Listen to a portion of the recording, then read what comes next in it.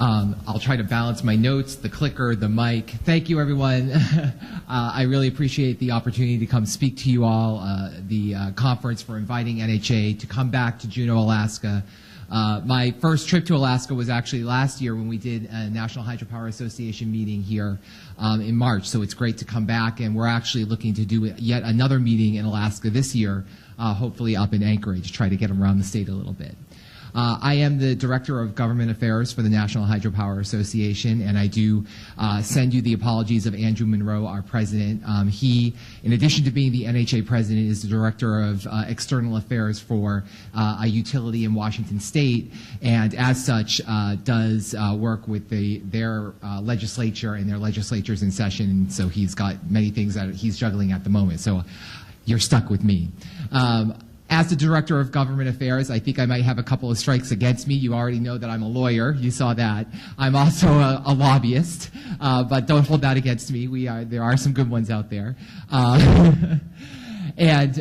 So my job really is to represent the hydropower industry and our members before Congress, the federal agencies, the federal resource agencies, and really to promote hydropower.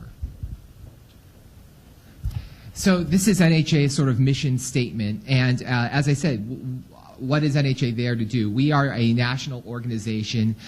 We focus on federal policies, some regional policies, and on occasionally, if there are very big issues of importance, we also focus on state and some international issues. But we really do try to focus on the U.S. Congress and the administration. And we want to promote hydro. We want to promote hydro's benefits, and we want to make sure that if a Congress is looking at policies in support of renewables, in support of clean energy, that hydropower is included in all of those policies. So that is what I do on a daily basis.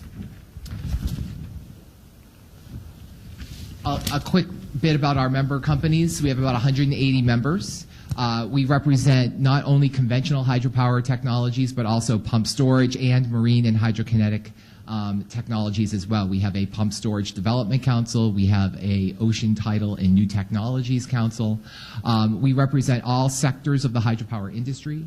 That includes utilities, independent power producers, munis, IOUs. We have equipment manufacturers. We have engineering and environmental consultants, as you can see up there. So the broad, vast, if anything you have to do with hydropower, you could be a member of the association. And I guess I should say we do have several Alaska members. I went through the list. I think the Alaska Energy Authority, Cordova Electric, Copper Valley Electric, Southeast Alaska Power Agency, and then there are several consulting firms that have offices or are working on projects here in Alaska. As this slide shows, nationally hydropower generates about 7% of all U.S. electricity. And that also turns out to be about 2/3 of all renewable energy electricity generation in the United States today. So hydro is the largest renewable energy generation provider in the U.S. today. In Alaska, I know that hydropower makes up about 25%, I believe, of your generation, so a significant amount of your state's power. And what am I here to talk to you about? I'm here to talk to you about jobs. The conference called me in to talk about what are the job creation opportunities that you can see from new hydropower development. And for a long time, to be perfectly honest, the hydropower industry didn't know. But yet in 2007, 2008, 2009, when we saw the recession take place and the focus on green energy incentives and green energy project growth, we realized we needed to find that information. So that's why we put together this report. It was put together by Navigant Consulting.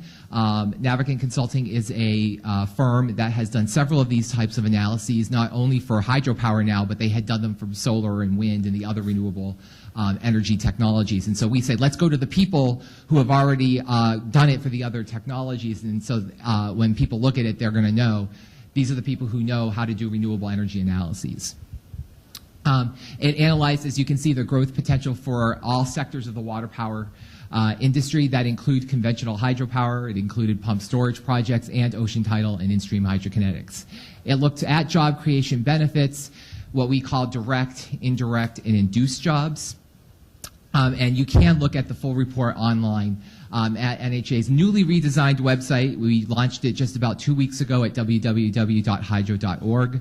If you look under the tab Available, you can find your way to the report, and there's also a separate section on the report itself.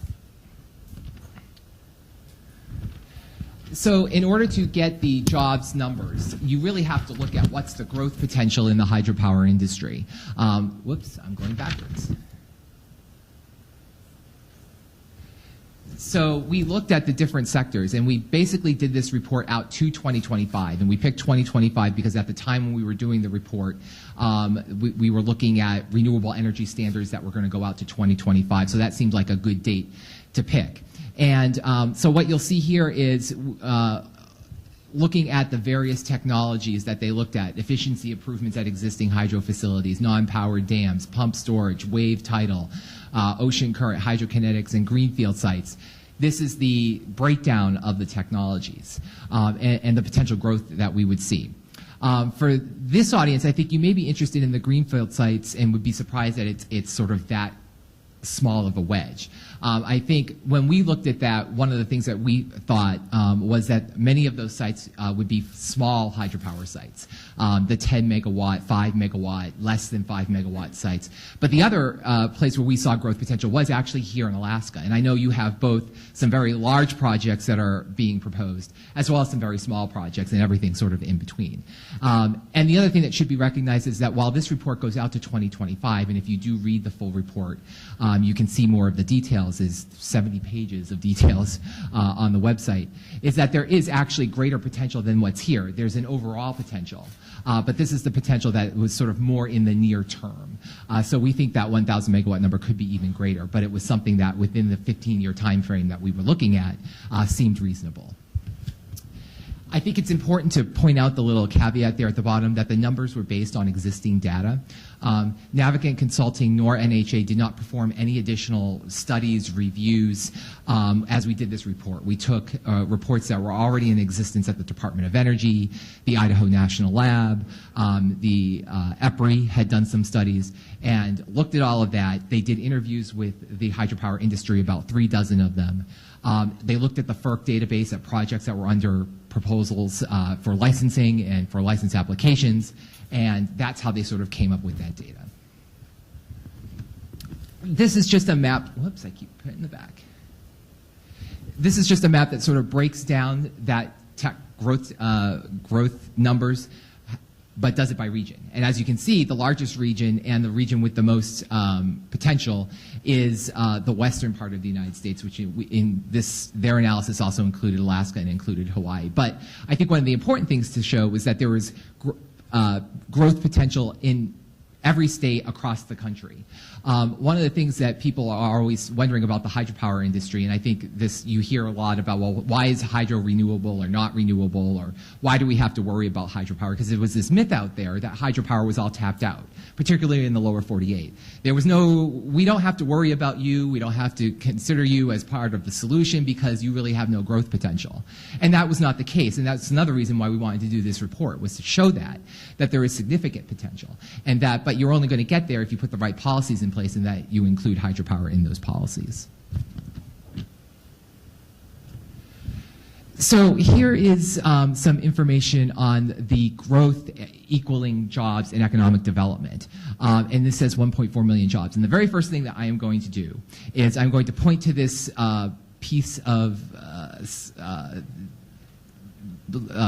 wording at the bottom that says a cumulative job, which is what this report looked at, is a job year, which is one person working full-time for 12 months. So we're not saying that 1.4 million new people are going to have employment in the hydropower industry. Currently, the hydropower industry employs approximately 200 to 300,000 people. That was the estimate that Navigant Consulting could come up with.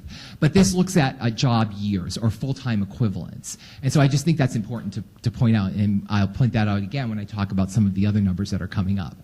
So this report looked at, across the country, all of the existing incentives, programs in place for renewables, and assumed that on the state level, all of those programs will remain in place.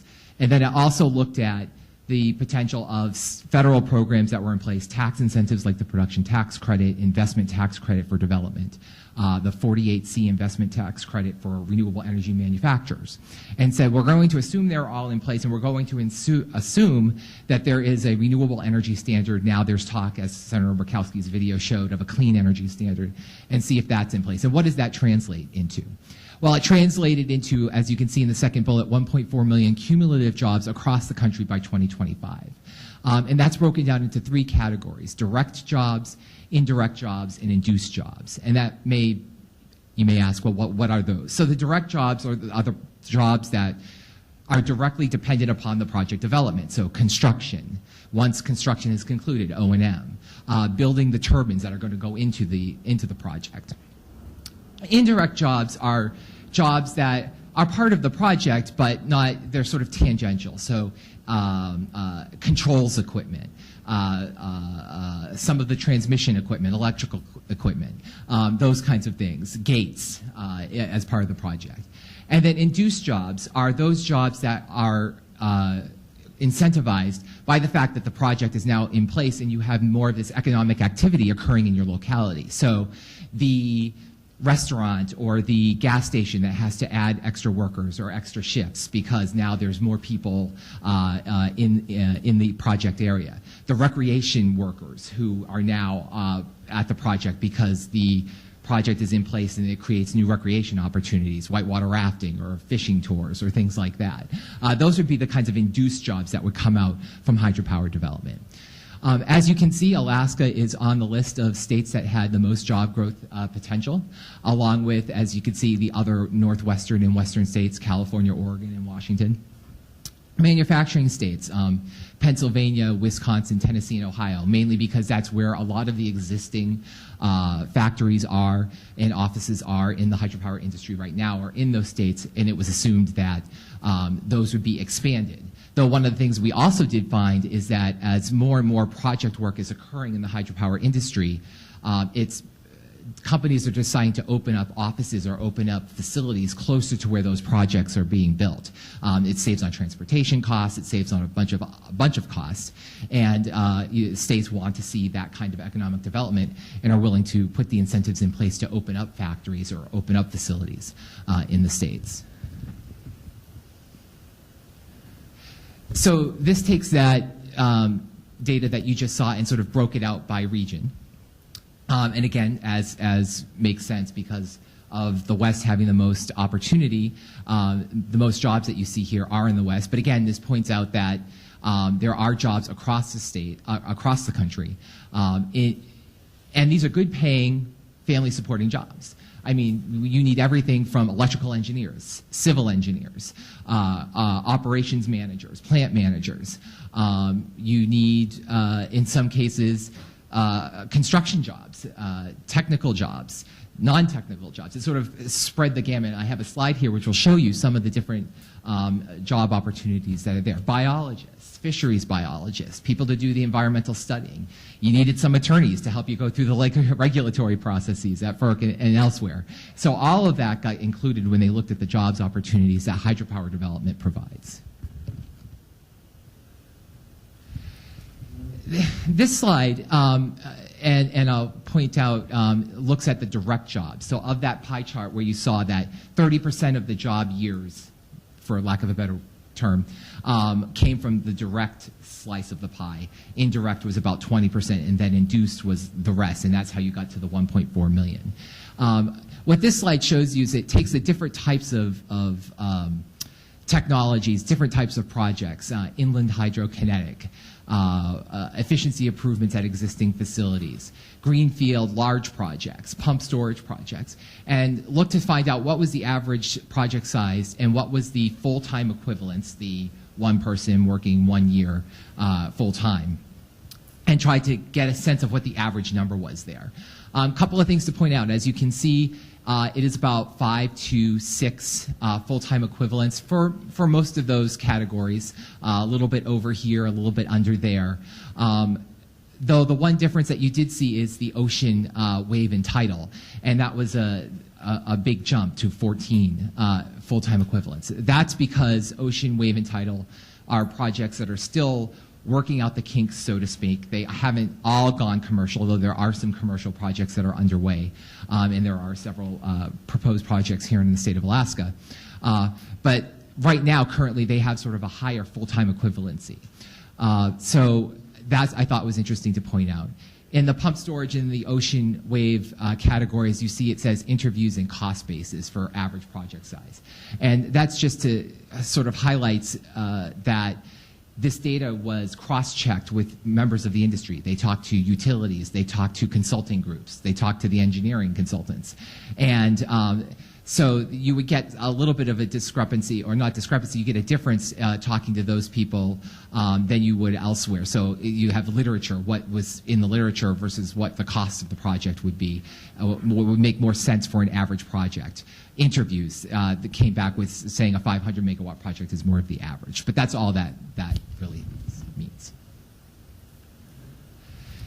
This is the hydropower value chain as Navigant put it out. As you can see, you start off with project development, component manufacturing, project deployment, then ownership and operation, and then renewable energy credits and other off-takers were not in the scope of this analysis. But you can see you get everything from having to conduct the fish studies, the natural resource studies, and the types of jobs that come from that, to the regulatory permitting that's required when you go through the FERC process or the state processes that you need to go through, design of the projects, the actual licensing of the projects, testing of equipment, installing of equipment, building the turbines, building the other mechanical components, the valves, the penstocks that go into the project. When you get into component manufacturing, then deployment, shoreline development, environmental mitigation, construction, fish bypassage, and other types of work that come from there. And then finally, again, once you get into routine O&M and equipment overhauls and things like that. So a wide variety, wide chain of jobs that are stimulated by project development. I think I'll take a second here just to say a couple of things. Because as I was talking to many of you, some issues came up. And not only does this report sort of show that there is the potential for job creation in the hydropower industry, which there certainly is, but one of the things anecdotally that we know too is that this is an industry that really needs an infusion of young people. And as we heard this morning with the slides with the projections of potentially losing population in this area of the state, I don't think people, and I don't think young people necessarily think of the hydropower industry and think that's a growth area and that's an area that I should get into. But we have a committee within the National Hydropower Association of owners and operators. And it's the guys who day to day are running the projects. And they do surveys of their facilities and they share that data. And the average hydropower worker is male, 50 to 55. He's getting closer to retirement. He's worked at the project for 10, 15, 20 years, has accumulated a lot of information and knowledge base, but he's getting ready to leave out the door. And what they're finding, and I hear this over and over again, is that they're desperately looking for that next generation hydro worker. Who's going to come in and learn from an apprentice under that person over the next 5 to 10 years as they get ready for retirement and transfer that knowledge so that that knowledge stays within the company and that that expertise that has been built up over several years and decades gets passed on to the next generation. And one of the things we've also found is that over the years too, there hasn't been a lot of growth in the hydropower industry. If you were to track the percentage of electricity generation from hydro over the course of the years, in the 1940s and 50s, it was upwards of 40% of the country's electricity came from hydropower. In the 80s and 90s, it dropped down to between 10 and 8%. Right now, we're 7%. A little bit, sometimes under 7%, depending if it's a bad water year in certain sections of the country. So we weren't growing. And so I think as wind and solar took off and as programs in the academic world, in the universities, were looking at, well, what industries are we training for? Wind and solar looked like the sexy new technologies. And so there were a lot of wind technology programs, solar technology programs, but the hydro programs and the engineering programs that focused on hydrology and electrical engineering and those kinds of things that were needed in the hydropower industry were not getting as supported or were getting dropped. And so that's something that we've seen as well, is that we, A, need to recruit more young people into the industry. And B, we need to make sure and work with universities and secondary education to make sure that those programs that were once in place in the 50s and 60s and 70s are strengthened once again. And I do want to highlight for this audience, because there may be some here who are interested, NHA has a related organization called the Hydropower Research Foundation. It's its own independent organization, but many of the same people who are of our members who are involved in NHA are also involved in the Research Foundation. And the Research Foundation recently got a $3 million grant from the Department of Energy to form a fellowship program for postgraduate studies, with the objective being that you would fund the postgraduate work of these students, and hopefully at the end of their term that they would come and they would work in the hydropower industry. As a matter of fact, there were 9 fellowships that were given out last year. One of them was from the state of Alaska, and I have her information at some point, and I can get that if people are interested. But the reason I mention it is because there's going to be a second round of these fellowships. And I found out this morning, because I had forgotten about this, that the deadline for those applications is March 1st, so about 10 days from now. So if there is anyone who's interested in getting that information, the website is www.hydrofoundation.org. I do know that there's been outreach to universities across the country. I'm almost certain that there's been outreach to many of the Alaskan universities. But I did want to point it out here, because what we are talking about is supporting those students, supporting that next generation of hopefully hydropower worker that will come into the industry. So the Alaskan picture, and so this is a huge number, 108,000 approximately. I do want to reiterate again that we're not talking about 108,000 people. that the hydropower development in the state of Alaska is not going to double the amount of people who currently live in the southeast, for example. That does represent job years. It's a job year number, one person working full-time for a year. And that number is not directly tied to the number beneath it, which is the projects that are in FERC licensing right now. That played a role in determining the overall growth potential and what we thought would be the overall jobs potential. But it wasn't that number alone. I mean, they did look at projects that were in the FERC pipeline, but there are projects that are not in FERC pipeline that are being proposed and being looked at. The resource potential is an even larger universe as well. And then it's also time constrained by that 2025 date. But what I did do before I came here is I did want to get sort of a sense of the Alaskan picture, and so I called over to FERC and asked them what was going on in the state. And they said that there's about pending preliminary permits for projects. There's about 70 of them in the conventional side of the shop, some inland hydrokinetic and some hydrokinetic tidal projects. And then those are permits where the application has been received by FERC, but FERC has not issued the permit to the applicant. So it's pending. They're going through the review process now, and then they'll be issuing the permit fairly soon. And the permit gives you access to a site for 3 years, priority to that site. You're not allowed to build or construct anything, but it basically puts you in the queue. There are issued preliminary permits, and as you can see, there's 611 megawatts of preliminary permits that have been issued in the conventional side, and a whopping 2,200 in the hydrokinetic tidal. Now, I think, if you were to ask me, I think the hydrokinetic tidal resource is tremendous, and there's a tremendous future in that technology, and finding a way to tap into that resource quickly is the challenge for the industry. I don't know if all of that will get built. I don't know if all of the 600 or almost 700 megawatts that's here will get built. And certainly there are projects that are not on this list that may get built as opposed to other ones that are currently on this list.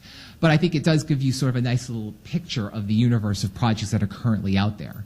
And then they did say that when I talked to them, I said, well, where are these projects? What does the picture look like? They said most of the opportunities that they're seeing come into the commission right now, at least, are being proposed in locations that are located throughout the southeast region of the state. Certainly there are other proposals throughout the state, but that the FERC staffer who works on Alaskan projects said that's where she sees the majority, and it wasn't just more than 50%. She didn't give me a percentage, but it was the clear majority of projects right now that we're moving forward were located in the Southeast. Many of you picked up a handout that I left outside. That is a diagram that was put together by one of our member companies, HDR DTA. They have taken the FERC database of preliminary permits and licenses for projects that are in existence and sort of plotted them on the map of the state. So I just wanted to provide that as some background information because I have in my presentation a slide you've seen already today that comes from the Alaska Energy Authority. But I just thought, again, it was sort of useful to put it up there for people to see the great potential that's out there. And as you can see, there is a tremendous potential in the Southeast, but there's also potential throughout the state of Alaska, and only because I'm not that great with PowerPoint did I not get the second page that has the rest of the islands and the rest of the state in there. But I got as much as I could, and I think it shows that this state has a hydro-rich resource potential that can be tapped and that will provide economic benefits to the state. So NHA's goal is to create a robust business environment for all water power technologies, conventional hydro, pump storage, hydrokinetic. And I think what the interesting story to me that I've been able to tell over the last couple of years is that the hydro industry is a really resilient industry. And for example, with the passage of the stimulus bill, which has been referenced in a couple of presentations this morning in 2009, there contained several economic incentives for the hydropower industry. And one of them, for example, was an investment tax credit for manufacturers. One of our member companies, Voith Hydro, is a turbine equipment manufacturer in Pennsylvania. I'm going to get the numbers a little bit off, but you'll get the point. Over the last 2 years, they've actually grown. I think it's at least over 20% they've added to their roles in employment. In a time when we've had a major recession and people have been slashing jobs. And if you came out of the recession and you were sort of staying even, you were happy. I just was watching the news this morning and saw that Borders was closing one of its plants in one of its stores in Anchorage. Voith was able to increase their jobs over the period of that time, and they were doing that because we've been seeing more and more development in the hydropower industry occurring. Development at a rate that was not occurring 10 years ago. I've been at the National Hydropower Association now for about 9 years. I started coming in doing strictly regulatory work and legal work for the association, and I would ask people, because I as a newcomer into the industry, thought that there was a lot of potential, and I would ask, are you looking at building something new? Are you looking at expanding your existing facility? And they would say, no. Just get me through the regulatory process and let me get out of that process with the same operational flexibility that I had when I went into that process, and I'm a happy camper. And I think part of the reason for that was that some of the incentives that were in place in the 1970s and early 80s had lapsed. Things like the production tax credit, which came into place in 1992 for the wind industry, hydro wasn't included. That was something that NHA worked on for a long time. In 2005, we saw hydro included through the Energy Policy Act of 2005. We've seen that build off from there, where now hydro is included in the investment tax credit. We've seen states include hydro in their renewable energy standards. And so now you have market incentives to also assist and build hydropower facilities. And I think that's now seen, that has become a reason why we've seen all of that increased development. But we still have some challenges, and I just have a couple of quick slides, and then if there's still time, I'll take some questions. Long development lead times, large upfront capital investments for projects, and uncertainty regarding the availability of incentives.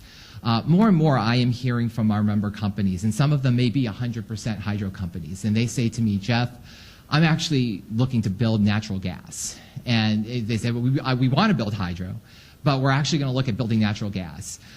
Or if we're looking at building renewables, we're going to look at wind. And I say, well, why is that happening when clearly you're a believer and a supporter of hydro? It's your entire system right now.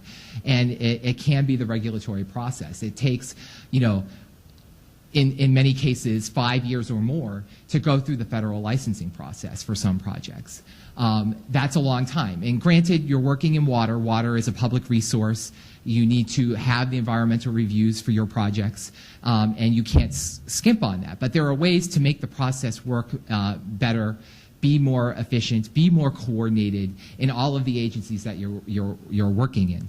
And it's a lot. I mean, FERC is the overseer of the process, but is only one player. You have federal resource agencies, state resource agencies, the clean water agencies. You have NGOs and the public who are willing to participate in the process. You have all the stakeholders in the region and the locality that are participating in the process. So there are a lot of players in this process, and it takes some time. The problem is that time doesn't match up to the time by which the incentives are being put in place.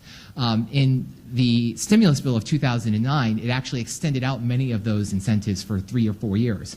That was big. That made a big difference. But if you're doing an extension of 1 to 2 years and you have a 5-year licensing process and a 2-year construction process after that, you provide no certainty to either the utility or to a developer who is looking to do a project. That's why things like a renewable energy standard or a clean energy standard get a lot of attention, because it provides that long-term certainty, because you know for the next 20 years you have a requirement that's in place to support hydro development and other renewables development. So these are just some of the issues that we're trying to work through. As I said, the uncertainty for not only the utilities or the developers, but for the financial community. We're starting to do more and more work with Wall Street investment firms, and they would say to me, well, you know, what's going to happen? The incentive is through 2013, but if you're a project that's starting in 2011, you're not going to get done by 2013. And I say, you're absolutely right, you're not. And they tell our member companies, well, I believe in your project. I think your project is a good project. But my rate of return, you know, looking at the rate of return that I'm going to have on my investment, I can get a better rate of return if I look at wind as opposed to looking at you. And it has nothing to do with the project itself. It has to do with the economics. And that's something that we need to try and fix, and something that NHA is working on. And so industry needs. We're looking at, you know, continuing the investments in hydropower. And right now, you know, we did not see a climate change policy put in place. We haven't seen a clean energy standard or a renewable energy standard that has really gotten close to being put in place on the federal level. So right now, the only incentives that are out there are the tax incentives that have been written into the code. Production tax credit, investment tax credit, CREBs are clean renewable energy bonds programs for the munis that are out there, and 48C. Providing equal treatment in the support of hydropower development under these tax incentives. Right now, you may not know, but hydropower receives 1 cent per kilowatt hour for its production under the production tax credit.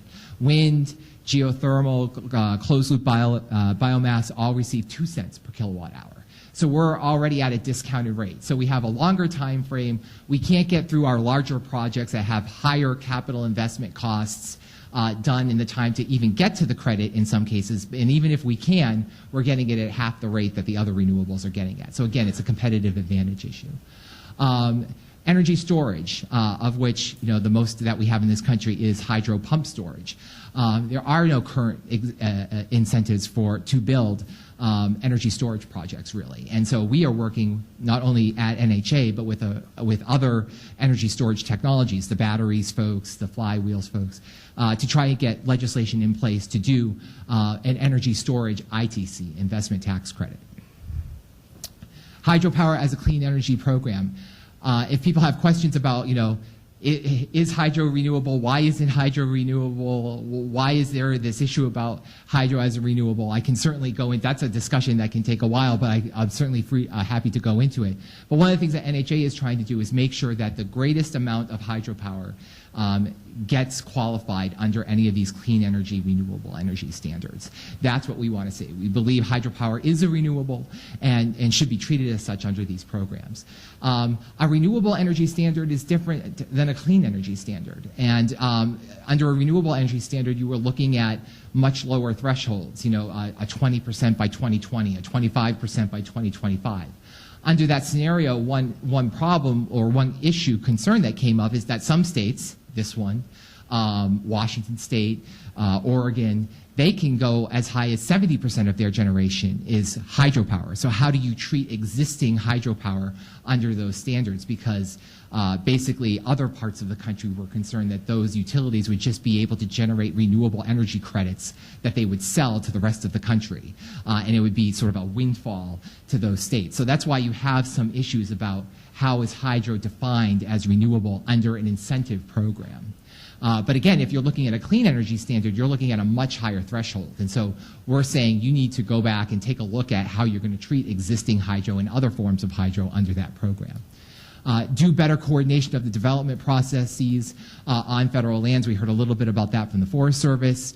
In other parts of the country, you may be working with the Bureau of Reclamation or the Army Corps of Engineers. We're also looking at trying to get a more efficient 2-year process so that you can get things done in a shorter time frame, particularly if you have certain projects that have more minimal impacts than other projects. And finally, support continued advancements in technology and R&D in the hydropower industry. We may be an industry that is over 100 years old, but that does not mean that you cannot have technological advances in the industry or operational advances, management advancements that you can then spread throughout the entire system. And the thing that we try to say in DC is, half of all hydropower generation in the United States today comes from the federal system. So any investment that you make in R&D for the private side is also going to translate into the federal side of the system.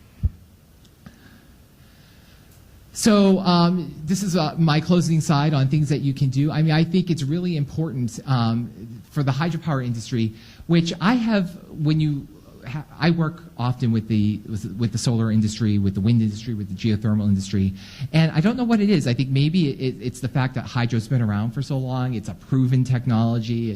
It's out there every day doing what it's doing and has been doing it for decades, that we don't seem to shout from the rooftops our benefits or what we provide to the country.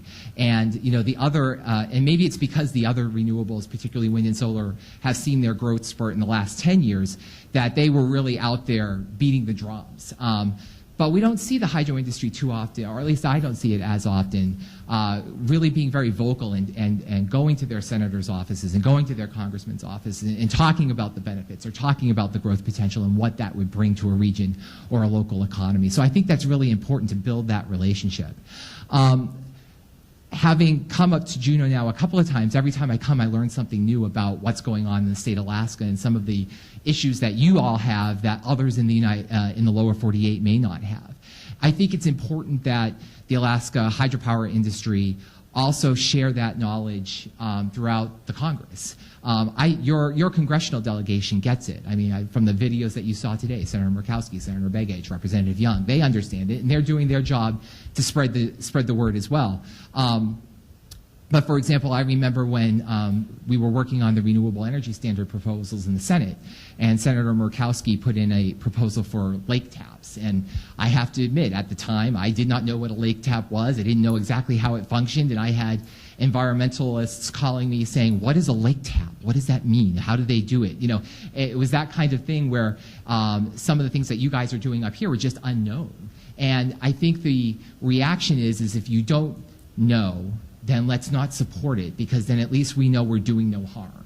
And that's sort of the default position.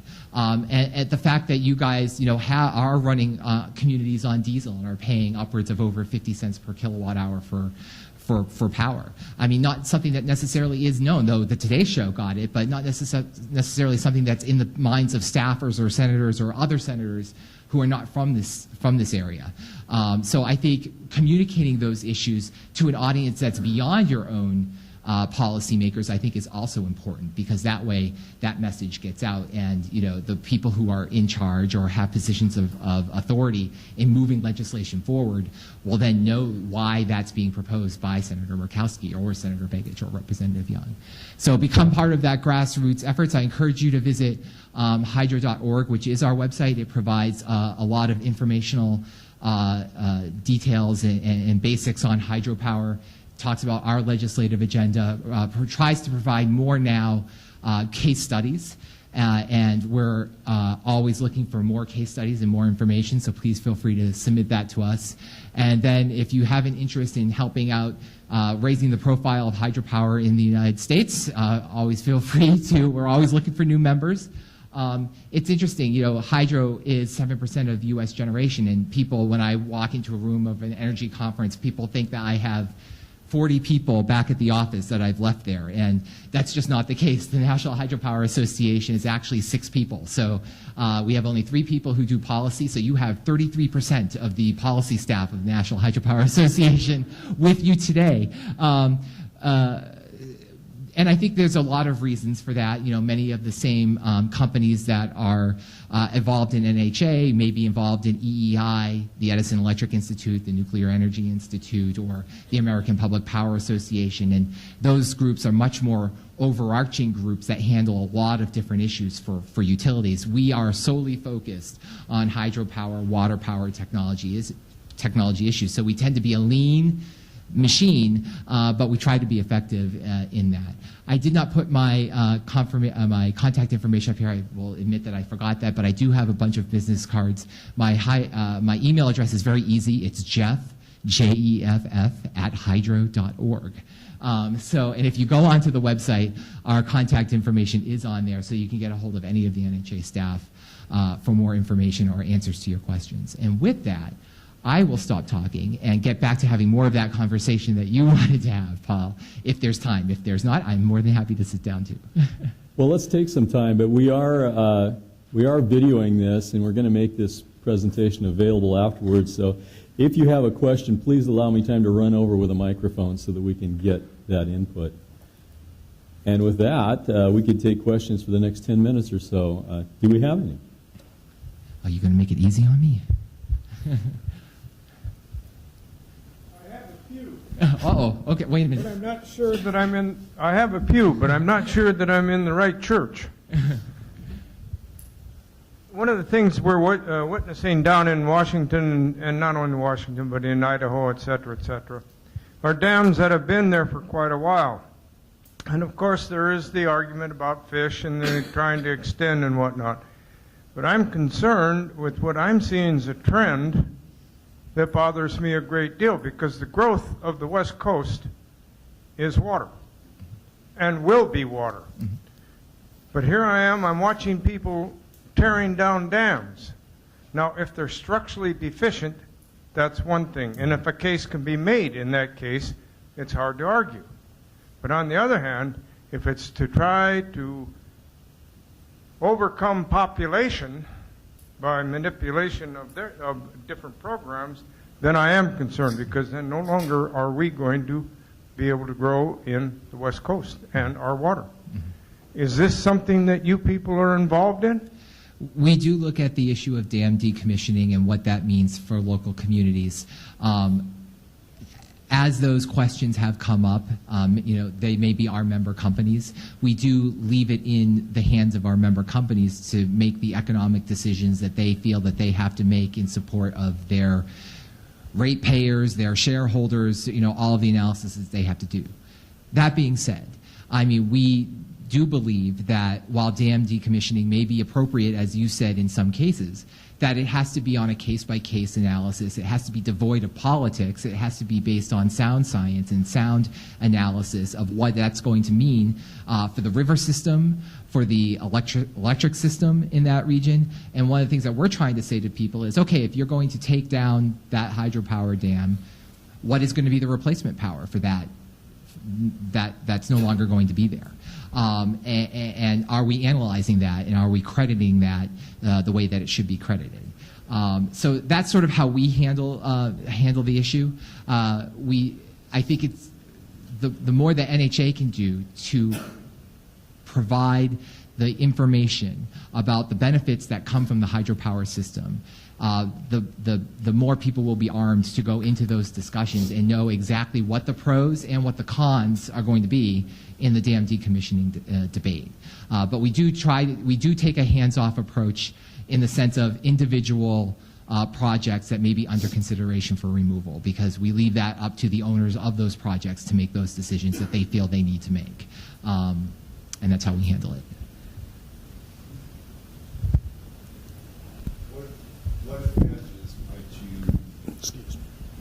What advantages might you see or extol as NHA for private companies in development in areas such as Southeast where conventionally hydropower development has been public? So you're talking about private developers and what NHA is sort of doing to assist private developers who are. No, actually, what I'm thinking is, what advantages or opportunities does NHA observe or recognize or extol for private companies in such a venue where it has typically been public utilities? Right. I mean, our membership, I think I'd have to go back and look, just so, for full disclosure, we have IPPs, IOUs, and public power entities. I think it's almost equally. But what we do is try to make sure that the policies are in place on the federal level that support both the munis and the private owners who want to build and develop projects. We try to facilitate information gathering and knowledge sharing within the industry. So we have a variety of forums that we get together on and share, development information. We share operations and maintenance information, best practices, all of that in support of whoever the owner of the project may be, whether it be a muni or whether it be a private developer. Again, our focus as an organization is really on policy and national policy in support of growing the hydropower resource. So that's where we feel that we provide the benefit for you. And then in addition to that, public affairs. We're trying to do much more in the public affairs arena to the extent that we can. We are a small organization to get the good message out. I think this study has been an important message point to get out, to break the myth about, well, there are no good sites out there, or hydro's all tapped out, so therefore we don't have to worry about you on the federal level when we're looking at things like the Clean Energy Standard. So all of that combined is sort of the kinds of services and the kinds of things that we do to try to support all aspects, all sectors of the hydropower industry who are looking to develop projects and to grow the resource. We work very closely with FERC as well on the regulatory side. And over the course of the years, we've proposed changes to the regulatory system to make it quicker, more efficient, so that you aren't spending, it used to be that just to relicense a project, it could take you 12, 15, I think there was one project that was 20 years that it took them just to get a relicense of an existing project. And so we've worked over the course of the years on things like the alternative licensing process, the integrated licensing process, and other different regulatory changes and fixes to that process to shrink that timetable so that you can get those projects through in a more timely manner. Okay, I think we have time for one more question. You guys are just all surprising. We must have more jobs in Southeast Alaska than we need, because that one slide where he was talking about 108,000 jobs in Alaska, and most of them here. Nobody's got a question? Well, Jeff, thank you for traveling the distance that you've done to come up here and present this. I think it's very powerful with the jobs aspect, and not so much as a question, but I'd love it if anybody has any questions in the lower 48 where some jobs need to be created. We certainly want to take care of our villages that have 80% or 50% unemployment, and I think you've opened some eyes today of what exactly the opportunity is with this industry that sits around us. And one thing I didn't mention, and I think I'll encourage people to go onto the website and take a look at it, it's not only the direct jobs that come from the hydropower industry itself, but we have seen over and over again, and I think it was mentioned, there was a server farm for Google that was in one of the presentations. It's not a surprise that Google, BMW, Microsoft, and many others are going to the Pacific Northwest and going to Washington State to take advantage of putting their big server farms, or in Oregon, I think the picture was as well. Low-cost hydropower, that's the attractor for those companies. We've seen it in New York State, where the New York Power Authority and the Niagara Project is giving out allocations of power, and that's attracting businesses to upstate New York. So you see that economic investment and that economic benefit also come to a locality or a region because of the fact that you have lower power rates. I always like to say it's not a coincidence that when you look at the Energy Information Administration's map of the United States and the average cost of power throughout the states, that the lowest costs of power are in Washington, Idaho, Montana, and Oregon, states that have tremendous hydropower resources that really are the engine for the economy in that region. And they're substantially below the average power rates that you see in the United States. Well, thank you very much. This has been great, and I'll be around if you have any other questions.